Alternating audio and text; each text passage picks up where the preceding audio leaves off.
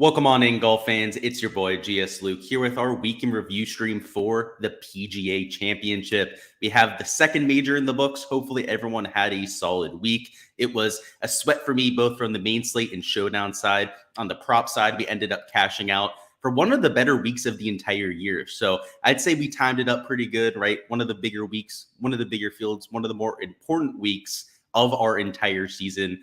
But we were able to take advantage of it. So you can see a few of you hard, sweaty little tryhards down there in chat already. Love it. We got Nick who says this will be fun. I agree. Yeah, I did take a look at the community contest. We're going to have some nice back and forth banter there, Nick.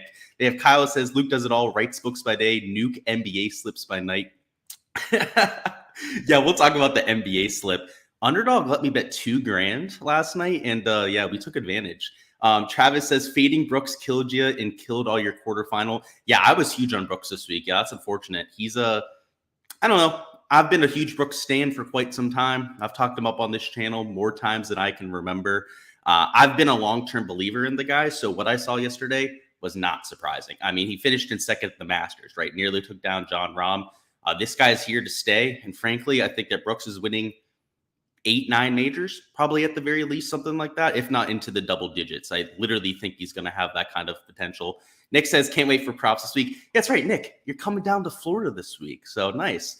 We'll be able to hook you up on that side. And hopefully, I know the last time we came down to Florida, Nick, it didn't work out so well, right? We were a little bit of jinxed there. I think we went I think it was one of the worst weeks of props that I ever had. So we're going to have to change that. We're going to have to get you right this time around. But let's talk about the community contest. So first off, my lineup was in the cash this week. It was not at the top of the board.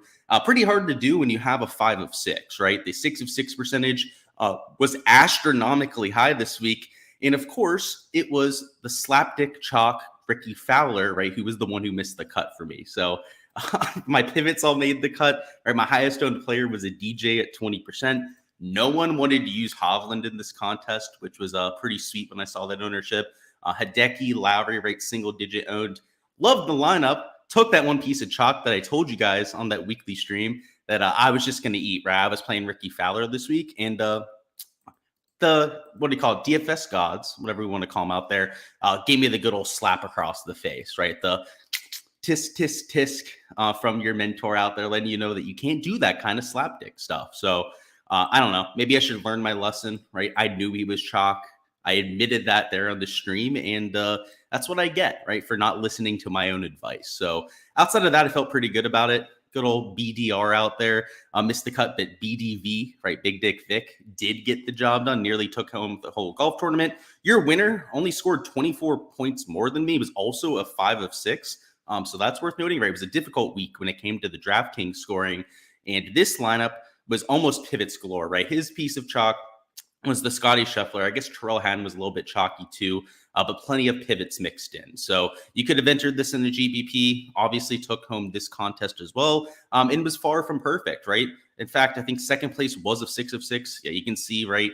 But it still didn't take home this contest, right? The 5 of 6 that had guys like a Scotty who finished in second, that had multiple top 12 finishers, was enough to get it done. So it was just, I would say, a lower scoring week than what we're used to, right? I mean, even my lineup, I mean, we go over here to the $100 single entry, right? It cashed for a double up.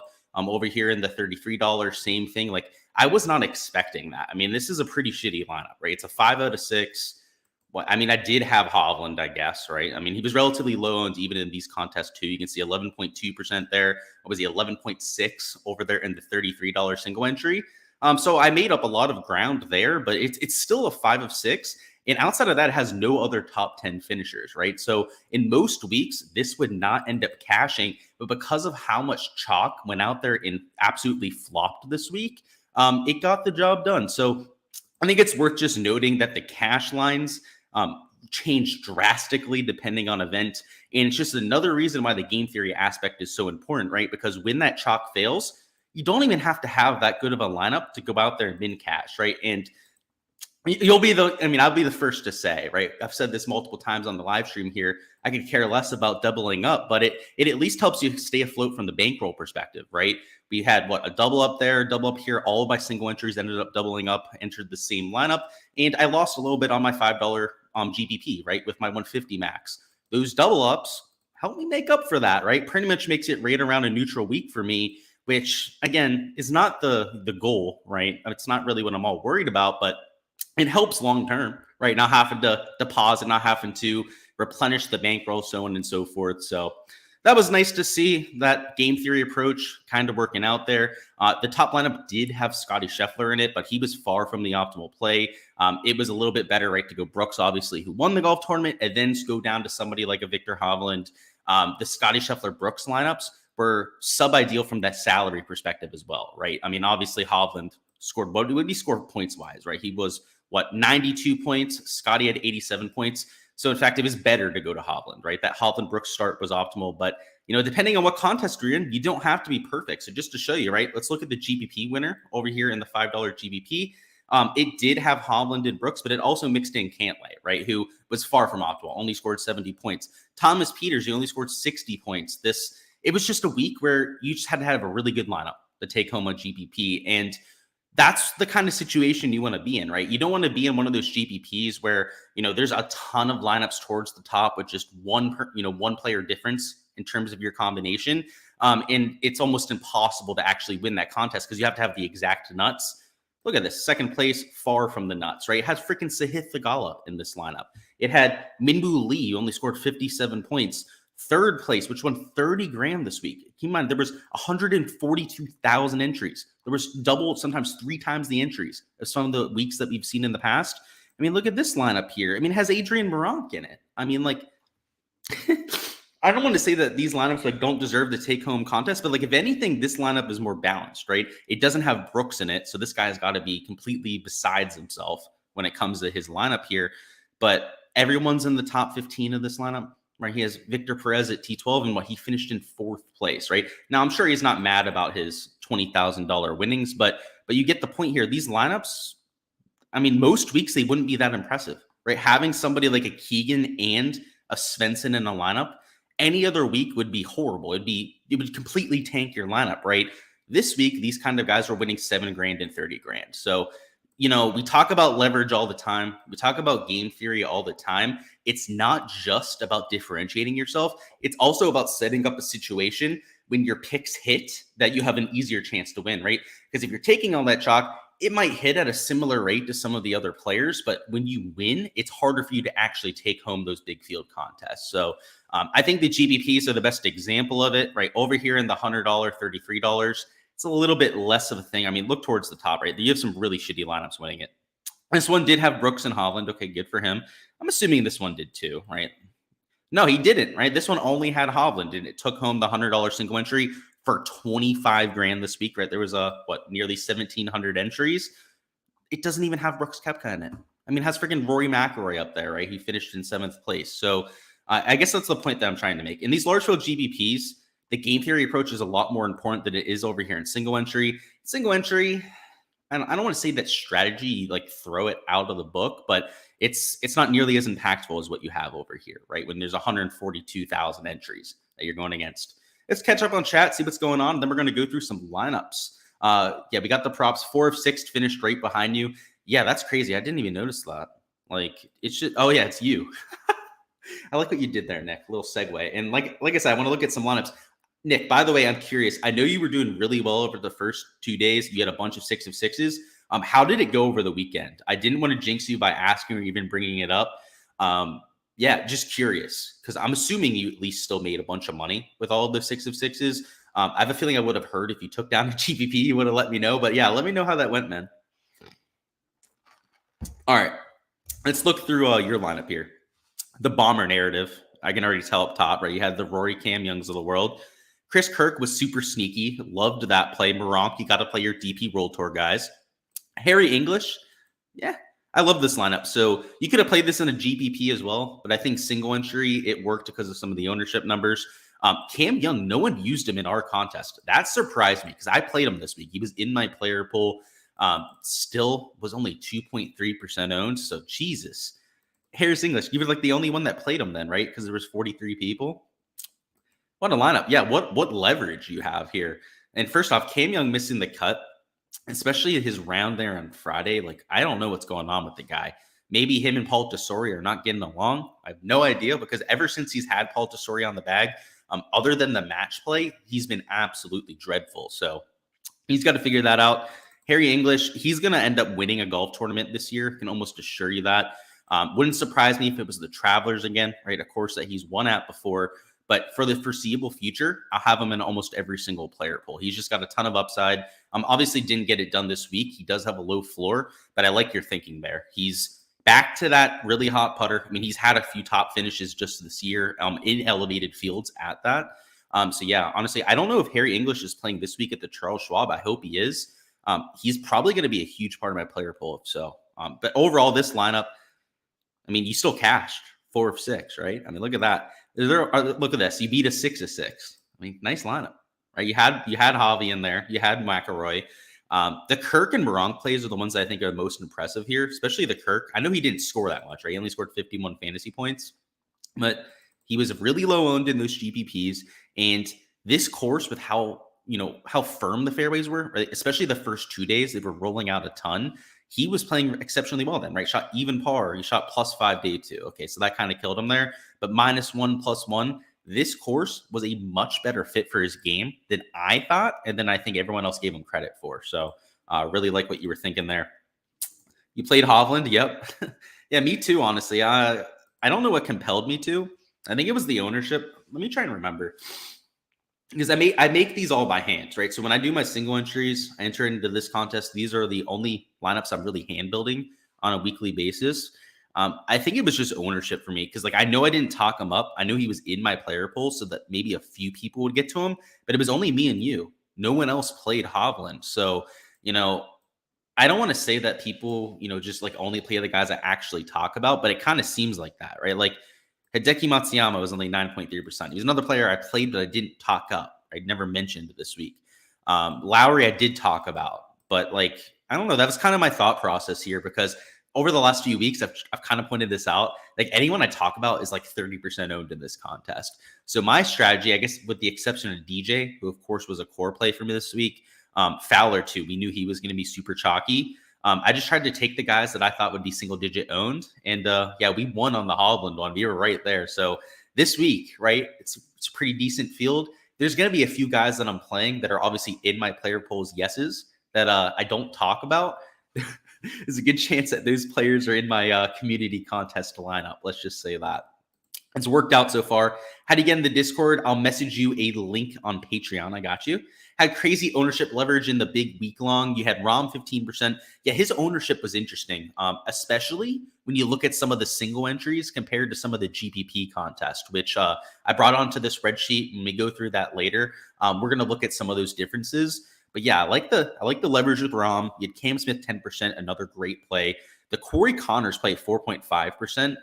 was exceptional. I thought he was going to be closer to 7%. So 4.5% was great value. Bradley, 6.6%, same thing. I thought he would be closer to 8-9% because of some of the industry steam that was coming behind Keegan Bradley, but that didn't happen, right? Only 6.6%. Yeah, Woody, 16%, some ownership. And then Brendan Steele, 1.8%.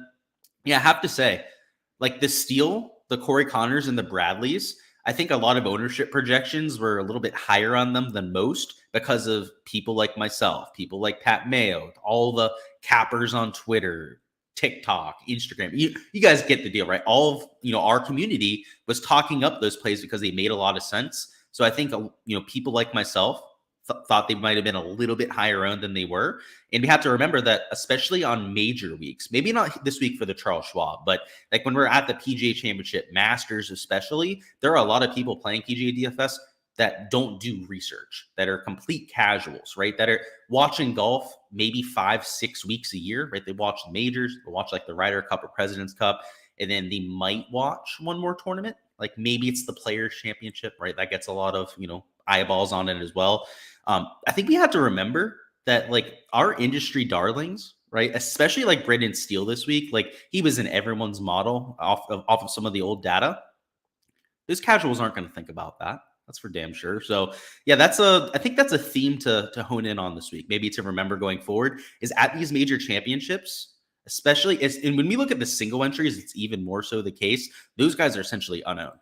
Connor's Sunday messed up your huge week, but you did well for 3x. Cool. Okay, so you at least still 3x. Yeah, I had no idea who you were sweating. So I I was gonna root for you, but I didn't know who to root for. Good weekend. Hope you did good on all your picks. Thanks for helping out. It's always fun to play. Of course, Kevin.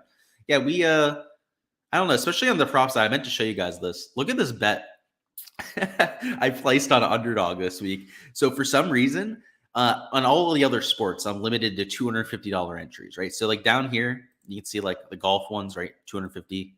Like we made some money yesterday on props. Like we hit those. We hit this one down here with Cam Smith and Jordan, right? But I'm limited to $250 entries on golf and pretty much every sport. So I can only win like $750 for a 2-man power. Well, for some reason, and in the past, I don't know if you guys know this, I'm an NBA DFS pro. Now, I'm not a prop pro when it comes to NBA, right? But in the past, I've won $100,000, $50,000, $100,000 GPPs in NBA. So I kind of know what I'm talking about. For some reason, they put me at a $2,000 limit last night. And at halftime, the Celtics were defeated. They had zero shot at doing anything. So I fired $2,000 on Tatum and Butler under points. And look how they cleared easily. It wasn't even freaking close. And they still have me at a $2,000 limit. So in the past, and these props, by the way, they're just random props. I clicked in here to show you this. Like they still have me at that $2,000 limit. So I don't know. Maybe I'll have to come out of retirement for NBA and start looking at these boards again, because there's like no betting site that I can bet more than $100 or $250 on when it comes to bets, because I get limited so fast with how I bet and with my results. I end up getting limited really quickly. But yeah, for some reason, Underdog has me at $2,000 bets. Might have to take advantage of that. I'm not going to get that very often. Let's just say that. Nick says, finished 163rd into 33 single entry. Yeah, let's take a look at it for sure. That makes it easier. By the way, if you have lineups like that and, you know, one of these contests that I have up here, that'll make things a lot easier. So 163. So you tied for 163. Am I blind? Oh, I think I'm in the other $33 single entry. So you said 163, right? Just to make sure. All right, let me bring up the other one. I think I have it up. I think I'm in that contest too. You probably, let's see. Or I was in that contest, right? Obviously, it's closed out now. Where is my $33 entry? Let's see. I don't know if I opened the same one or if I opened the new one. Let's double. I found you, Nick. There we go. I was in both of them. All good. All right, so here's Nick's lineup. So this is a different lineup. Okay, so it's not the same one. I like your 6 of 6 here. You 3x'd on this lineup, so you didn't just double up. Like to see that too. Love the leverage on those two up top. Those were two of the best plays on the slate. Love Taylor Moore. He played dog shit, right? Shot plus 15. We don't love that, but I love the play, especially at 4% ownership. Fleetwood's ownership was high, but I think you knew that coming into the week. He was still a good play. I still played him. Minwoo 0.7%. Herbert 0.5%. Yeah. I mean, you took one quote unquote piece of chalk, right, in a single entry, which I never hate, right? It's a single entry. You can at least play one piece of chalk, if not two. And then you took a bunch of pivots that were really good players. Like, you know how good Minwoo is, right? I'm on that Minwoo train too. So I love to see that you did that. Herbert, he played really well before coming to this event, and he's always a huge birdie maker, but he still made 12 birdies on the week, right? That's only 3 less than Cam. That's only 4 less than Rory. Speaking of, Minwoo Lee, right? 12 birdies himself, right? 3, 4 less than some of those top end players. You did a great job with this lineup. I think the fact that you got these guys to the weekend were the main reason why you had such a good lineup here. But they were worth the risk, right? If they make it to the weekend, they're going to post like 12 birdies. They're aggressive, particularly if they're playing from behind the 8 ball. And kind of like I was talking about before, our thought process for single entries versus this large field GPP, I think we need, especially myself, maybe I'm just speaking for myself here, but I feel like this is a shared sentiment with a lot of you out there as well, is we need to change our thought process, right? When we're in these single entries, like we're bringing up Nick's lineup right here, right? We're not trying to hit the nuts. Like we don't need to hit the nuts to take home this contest. 444 1, that's actually a pretty damn good lineup. But look at this, like anything over 400 got you into the top 10 and winning at least $1,000, right? But I think what I'm trying to get at here is that our focus doesn't have to be to hit the nuts. It should be more so to just get towards the top 10, top 15 of scoring, right? Because if you put yourself in that kind of situation, you're I don't want to say you're probably going to win one of these single entries, but you're at least going to have a good shot at it. In these large field contests, you have to hit the nuts, right? Like I would say there are certain value plays that are just not capable of hitting the nuts.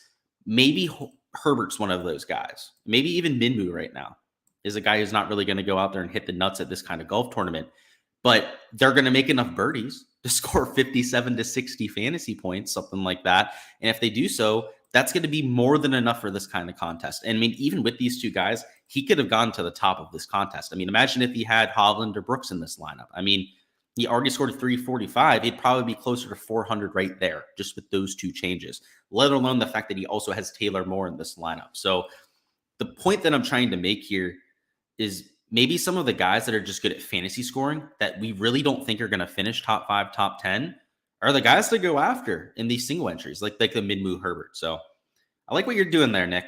I like the way you're thinking. Other than your material on Discord, where do you go for research? So for player styles, grinders, quitters, any golf database, I think a lot of them have different stats that are advantageous. Like there are certain databases that are good for modeling. There are certain databases that are good for segmenting data, like really being able to parse data and look at specific skill sets. So like, for example, just to give you guys a few, like Fantasy National is really easy to make a model on, right? It's pretty intuitive. A lot of people have access to it. I do myself. Rick Run Good, on the other hand, I like how you can parse some of the data there, right? There's a lot of different, what's the word for it, filters that you can use on that site. There's a lot of different tags that you can use on that kind of database to go out there and look at maybe some of the best putters on the surface. Look at players on certain types of golf courses, whether they're long, they're short courses, all that kind of fun stuff. So I would say you want to have access to a lot of different sites. Data Golf, right? Another site that has a bunch of different types of data that can be advantageous. My database is, I think it's more complete than all of them because I can do all of that on my database, but all of those different sites have a huge advantage to be had. So when at some point we're going to end up having some sort of database posted. I'm still working on a website. I want to have an optimizer posted at some point too. I have an optimizer I use on my local device, but it's not anything that I can just post on a website and have you use, right? Because it works off the database on my end. All of it's local at this point. I have to get some sort of website up that'll automatically update with the new golf stats. And then hopefully, Travis, I'll be able to bring that sort of content to you because, at this point, it's all local and I just got to get some licensing for some of the stats and whatnot, and we'll get it done. They know you're going to make donations too. Sure, dude. I've won over $250,000 playing NBA DFS. So no, I'm not going to make donations. Unfortunately, I know what I'm talking about. Bryson says, finished 29th in the $200 100K to first contest and had a heck of a week on the Underdog thanks to me. I am not in that contest myself. But what I want you to do, Bryson, if you could just toss the 6 players that you took down in chat, I'll be able to go over it that way. I didn't play in that contest myself. I kind of wish I did. I missed out. I entered a little bit late, but good shit, man. Love to see it. Yeah, Underdog was pretty fun this weekend. We hit them pretty good. We can look at it, right? We did pretty solid over on that end. Live, it's results. We're not live. That's right. We have look at this. Look at this day we had, right? Colin Morikawa, DJ overs. Scheffler, Cantley overs. This was on Saturday when it was super rainy. We still took unders on a bunch of the par 3 strokes that hit. I mean, look at this, $1,500 for that one too. Yeah, it was a movie over there in Underdog, right? I know this NBA play was pretty sweet to get the $6,000 out of it. I know I have that guy chirping me down in chat, claiming I don't know what I'm talking about. Trust me, if they keep me at the $2,000 limit, I will continue to punish them over there for NBA. Because if you give me an entire day to research a slate, I mean, I'm not going to hit every single time on NBA, but I'll make them change that limit rather quickly. I can assure you of that. Brian says, you came in second in the Albatross. You had Koepka, didn't win anything for coming in second. Huh? Interesting, Brian. You're saying second in the Albatross. I mean, if you're in the Albatross, I'm assuming you won something for second place. I mean, which one was the Albatross? Was that the $12? That's the $12 contest that they have? I don't know the payout structure for it, but I know it's not that bad. I mean, like this single entry went 10K down to 5K. I mean, unless that one's just an exceptionally bad payout structure, like this one went 5 down to 3. Let's see, the $100 goes from 25 down to 15. So I don't know if you came in second place. I'm assuming you did pretty well. right, I'm assuming you won like half of what you won for first. Saturday was love. Yeah, so was yesterday. We won money on Prize Picks all 4 days, or I should say Underdog all 4 days. And it sounded like you were chirping me. That's for damn sure. Travis says, I believe Brian is talking about best ball. Gotcha. Oh, you're saying there's an albatross single entry over here on Draftkings. If that's what you're talking about. You're talking about Underdog? Yeah, I didn't play in any of those. I guess you don't, right? I think that's the one where you have to advance in the majors. I had 6 lineups advance out of the first one. Let's see. I don't even know. Let me see what I did on Underdog. I had ones that advanced out of the first contest. Did not check them at all, so it's probably worth checking. Oh, yeah. We have plenty of advancers actually, because I played tons of Brooks. Let's go. Okay. Let me figure this out.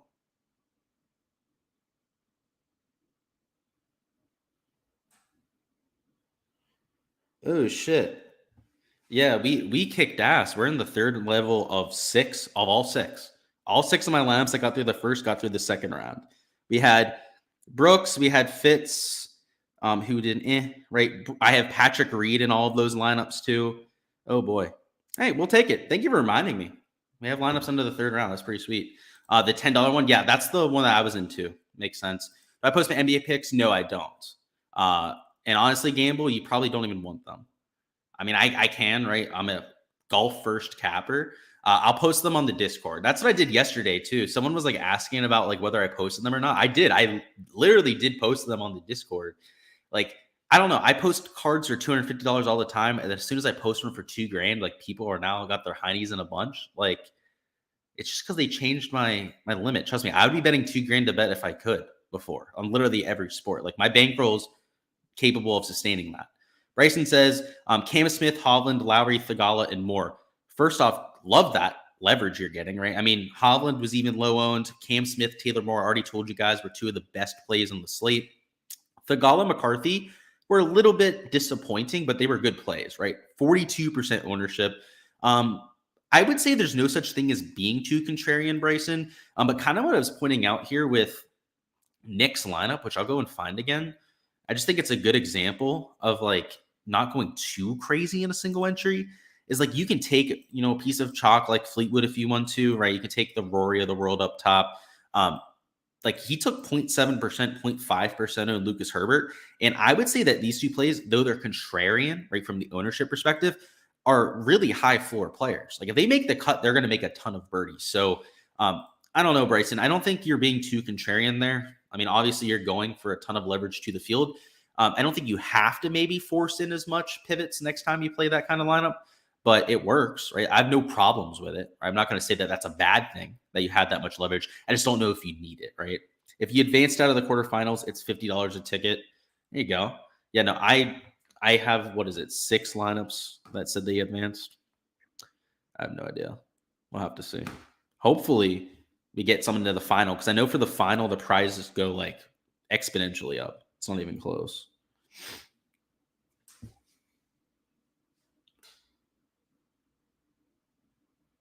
Yeah, the quarterfinals, my best lineup scored 660 for this weekend. It had Cantley in it, had Brooks in it. It had Hovland in it too. Oof.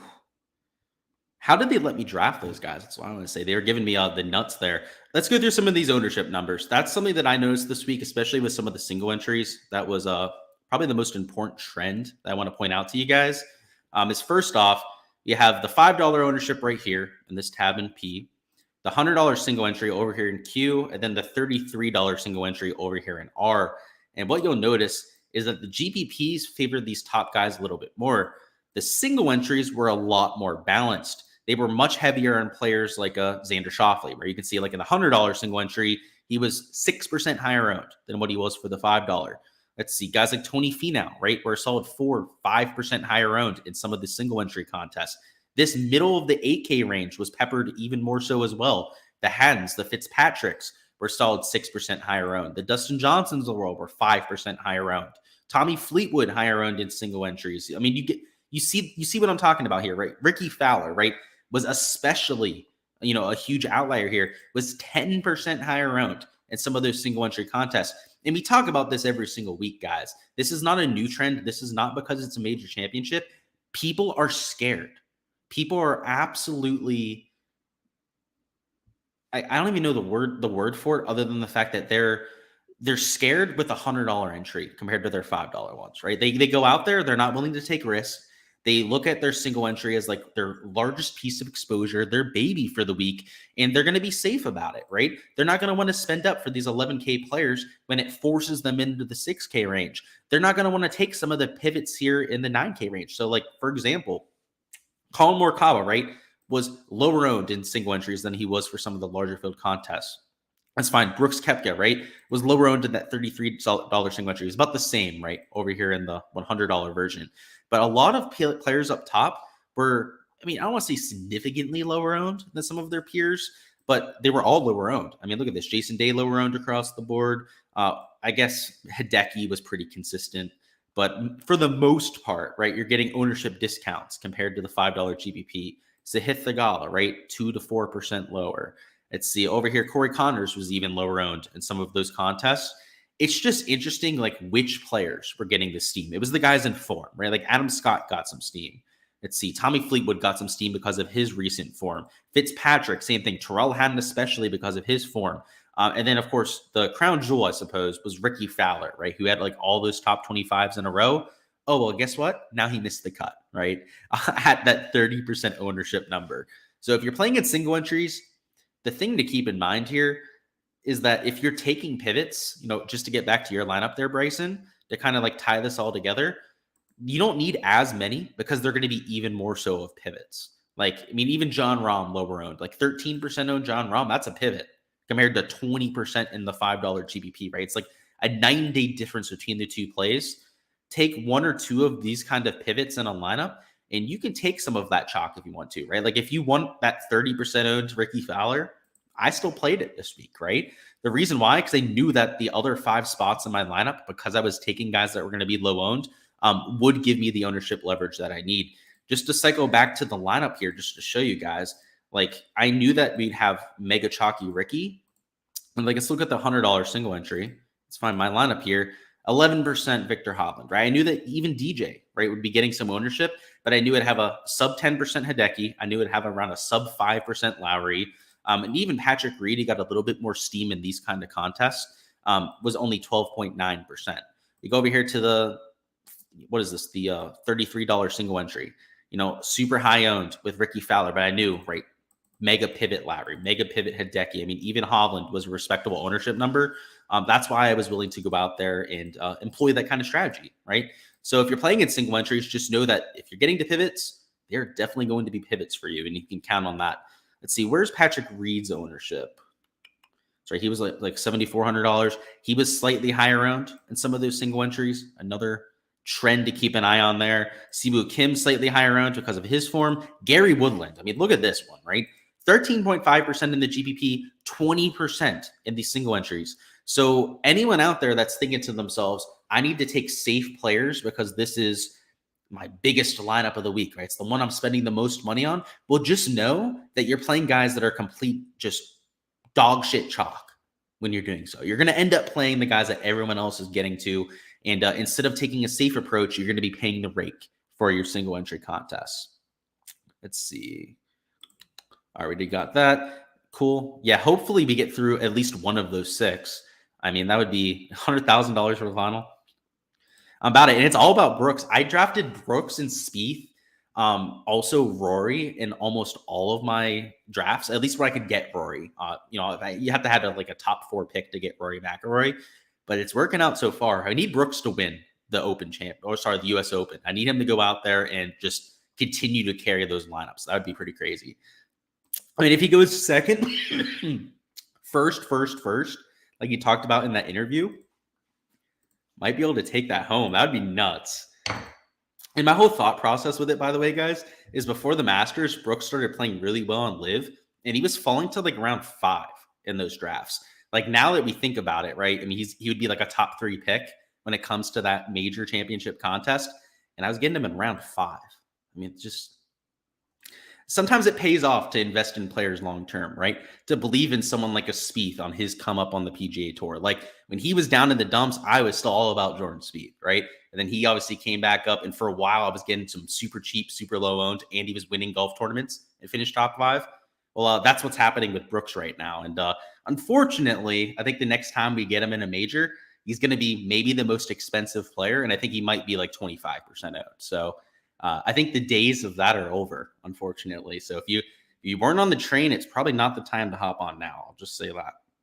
I don't know. Towards the bottom of the board, nothing crazy with ownership, right? Steven Yeager, he got some steam in those single entries, and it was deservingly so. He went off this week too, had a really good week.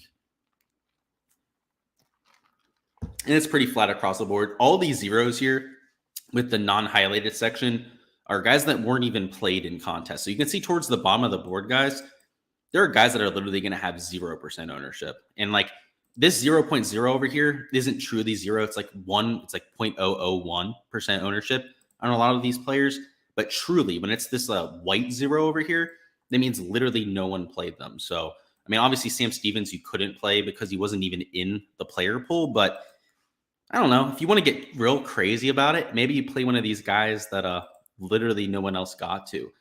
I mean, the one that really surprised me on here was Ben Griffin. Look at this. Ben Griffin was not played in the 33 single entry at all. Not once. And he was $6,800. So like, I mean, if I knew that, right, I obviously would have played Ben Griffin, right? Getting unlimited ownership leverage to the field doesn't sound like it sucks. Only have your phone to pick lamps from DraftKings. Can't see the most owned. On your phone, it should have the ownership numbers on there. So if you click on a player, it'll bring down the little drop-down list. If you're on an old version of DraftKings, that might be the problem there too, Kevin. So you might want to try and update the app if you have it. If you're on there on mobile, perhaps that's the issue, right? You're just using like Safari or something like that. You might want to try getting the DraftKings app. That would help you out a ton there. They have a lot of that on there for you. So without further ado, we're going to go ahead and cut this stream off here, I believe. Let me go ahead and bring up the GCSAA sheet. Show you guys what we're working with for a golf course this week, which of course I'll be doing a whole breakdown on it, but I like to do a little preview here for like the last minute because I know most of you down here in chat are just absolute golf hardos. So you're all about this sort of thing. We've got, oh, do they not even have it up yet? They don't? It's Monday morning at noon and they don't have the Charles Schwab up. Is it a special event? It's not. Well, it's not USGA. It's not PGA Championship. That's unfortunate. How am I supposed to do my course research? Huh? Okay, that'll be fun. Time to go tweet at some of the superintendents and tell them to get their job done. But until then, guys, best of luck with all of your lineups this week. We'll have all of the content dropping per usual. Course breakdown today, core plays and whatnot, all of the usual DFS projections and prop stuff over there on Patreon. Hopefully we can ride this momentum and can continue to add to the bankroll on all 3 sites and hopefully take home a GPP here soon. I feel like I'm due at this point. I've had a lot of close calls in some of the GPPs. I mean, even this week, I know I forgot to go through some of these like top end lineups I had, but all of my top lineups were 5 of 6s. I had some of the worst luck, at least in my opinion, this week when it came to my pairings. Like obviously Cam Smith, Hovland in lineups. I played Brooks this week, but it felt like every single Brooks lineup I had was just completely tanked. I mean, where's my top Brooks lineup? I played him this week, and none of my lineups, look at this, none of my lineups towards the top have him in it. I played him in 30% of my lineups this week. Like, it's just, I don't know. I got pretty pissed off, honestly, when I was looking through my lineups later on. Just, they were all like 4 of 6s. Let's see, where's the next one? Like, it's disgusting how bad all the lineups I had Brooks in were. And look, another 4 of 6. Like, I have to scroll way down to find these lineups, and I played them in 45 lineups this week. It's just disgusting. Anyways, enough bitching about that, right? Sometimes you get lucky with your pairings. Sometimes you get unlucky. That's how DFS works, right? So no being a crybaby about it. This week, we're going to get luckier with the pairings. Our player pool was pretty sharp, spot on. A lot of other people were able to cash out. But this week, I've got my eyes on the prize. I'll see you guys next time. Best of luck with those lineups, all of your content this week. And let's get this cash, guys.